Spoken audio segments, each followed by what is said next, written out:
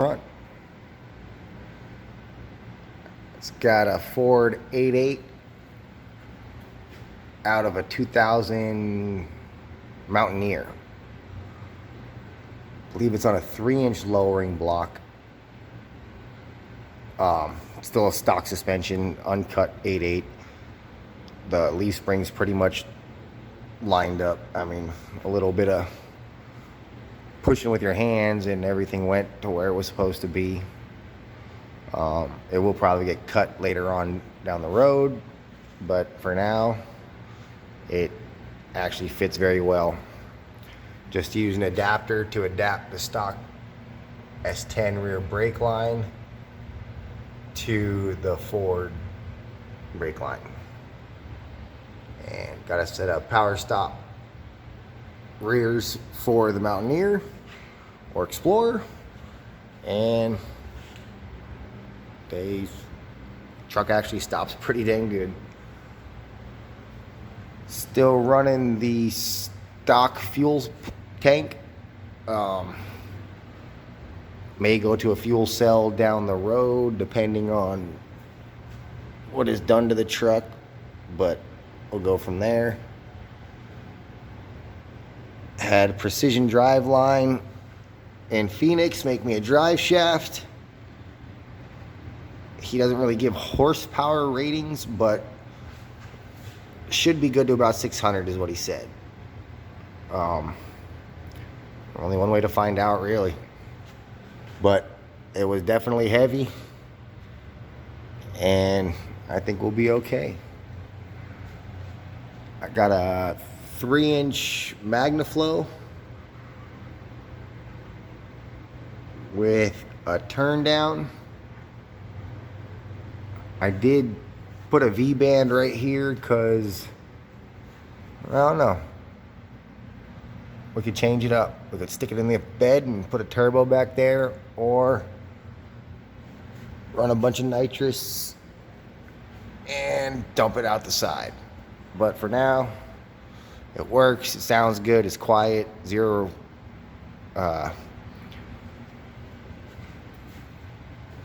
reverberation through the truck. I mean, MagnaFlow all day. No Flowmasters. Don't put Flowmasters. Don't straight pipe your stuff. Put a MagnaFlow on it. Just put a MagnaFlow on your car. You'll be happy. Did all the exhaust work myself. It's a 3-inch Y to 2.5-inch to the manifolds. The truck actually came with the 4L60 and had that polyurethane mount already there, so I reused that mount for the 4L80 swap. I did remake the cross member myself. Used factory bolt locations. On this side, it actually bolted to another area, but there was bolt holes there, so got 4 bolts on that side, 3 bolts on that side, and the 4L80. I did reuse the stock S10 shift cable and bracket. It does only have 1 bolt holding it in place right now, but it works.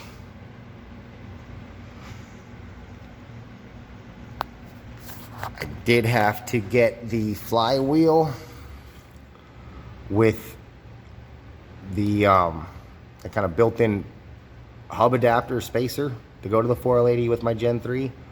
I did have a little bigger gap than I wanted. Not necessarily out of spec, but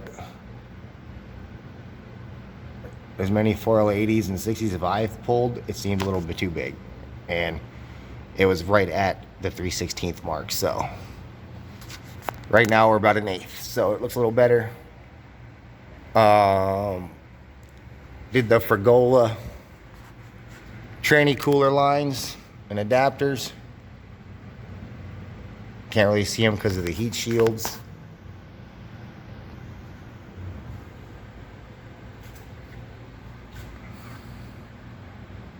Went with the GM muscle car oil pan, and along with the Dirty Dingo mounts, there is the ground clearance. So, I mean, oil pans, trans pan, everything is up above. So, if we're scraping, hopefully it's frame. Got a little bit of a glare here. Try to turn around. I ran the oil cooler down below here, right below the radiator. So far, temps have been good, driving in 100+ degree weather. Did PTFE lines all the way back to the transmission. And so far, so good. Another little shot of the ICT tensioner setup. I was a little concerned about the tensioner being on the dry side, not the slack side, but no belt noise, hasn't thrown a belt, been to the limiter multiple times, so I guess it's good. Did rebuild the whole front end besides the control arms and ball joints. I'm pretty sure it's gonna go QA1 in the future, so ball joints had no play. They are original from 95, but they had no play unless someone's replaced the control arms with riveted in ball joints. But from my experience, most likely there's the original ball joints. Did replace the front spoiler because it was pink compared to the rest of the car, which kind of looks more orange in video, but it's red and will get painted. Do have the extended center caps for this, so I can have the wheels matching a little bit better, because just having that show does not look as good. Yeah, let's see, yeah, Ford 88, 4L80. I did have to clearance a little bit there where you see the paint and where you see the cutouts there for the drive shaft. Besides that, it was minimal clearance to get this 4L80 to sit in here. I have plenty of room around the cross member and oil pan. It's kind of hard to see, but I mean, I can get fingers in there.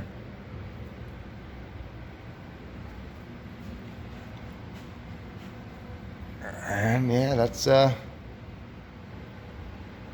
about the gist of it. I mean, the motor's all stock, transmission's all stock. Rear end stock 8.8. Put this thing down. Do have a cam and a set of springs sitting in it, or sitting in the shop. It was a used motor, so I wanted to make sure the motor was healthy before I stuck the cam and the springs and did all that work to it. And my lift sounds like a dying giraffe. But I would say some of the things I learned from the swap. I've been a mechanic for going on 20 years now, but you don't got to spend a lot of money on some of the stuff they say you need. I relocated my coils with about $5 worth of aluminum strap and bolts.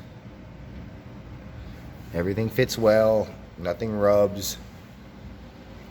Use the stock coil, use the stock spark plug boot protectors, they help. But I mean, money that could be put in many other places for the build rather than relocating your coils and making spark plug wires to fit wherever you put your coils. I could have stayed with the stock manifold and rail and all that, but I do plan on adding a bunch more power down the road, so I'd much rather just strap stuff to the engine and go at it than have to strap stuff to the engine and redesign a fuel system. It does have a Walboro 450 in the rear, so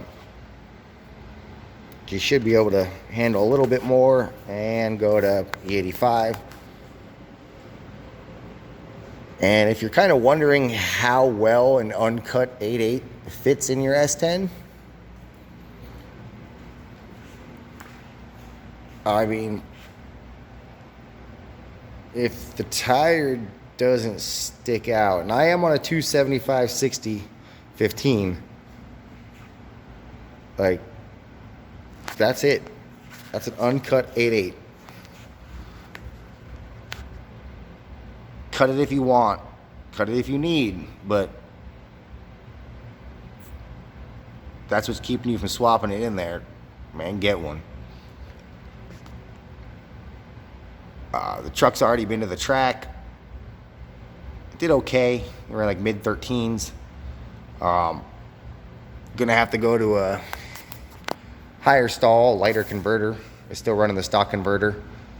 It's stock everything. The only thing that's really aftermarket on this thing is the holley that controls it. Besides that, it's a bunch of used Chevy parts from LKQ. Everything came from LKQ, the rear end, the engine, the transmission. It's all LKQ stuff. Comes with a decent warranty, so you're not SOL. You do spend a little more, but in my opinion, it's worth it.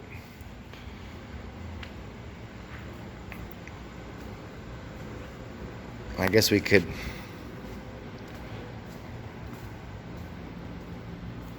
go back to the holley real quick, see if I got enough light in here for you guys to even be able to see that. But the holley's mounted right down there. Everything goes to that. And for now, until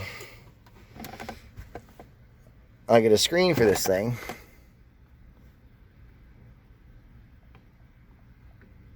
I'm running it on my Surface Touch. So that is my holley screen there, and then when I pull up my data, you can actually see what's going on. Eventually, I'd like to get something actually in the dash area where it's a little easier to see, but for now, that's what I had, and that's what works.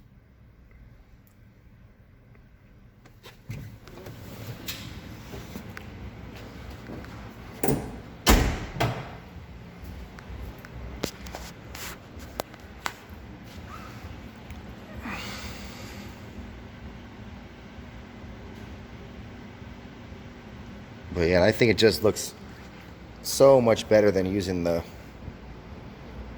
factory brackets that keep the power steering down low, and you got power steering hoses that climb all over the place. The ICT setup is not that expensive, and it just looks so much better. And power steering, alternator, water pump, tensioner below the power steering pump. So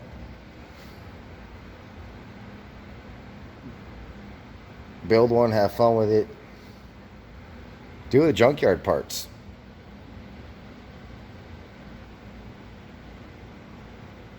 And then next video will probably be a little track video. I didn't record much at the track. It was pretty much just me. So it's main car stuff. But besides that, thought maybe some people could be wondering, which way they go with certain things, and certain people go other ways, but it don't take much. You can spend money on the things that make sense, and you don't have to spend money on the things where you think you need to.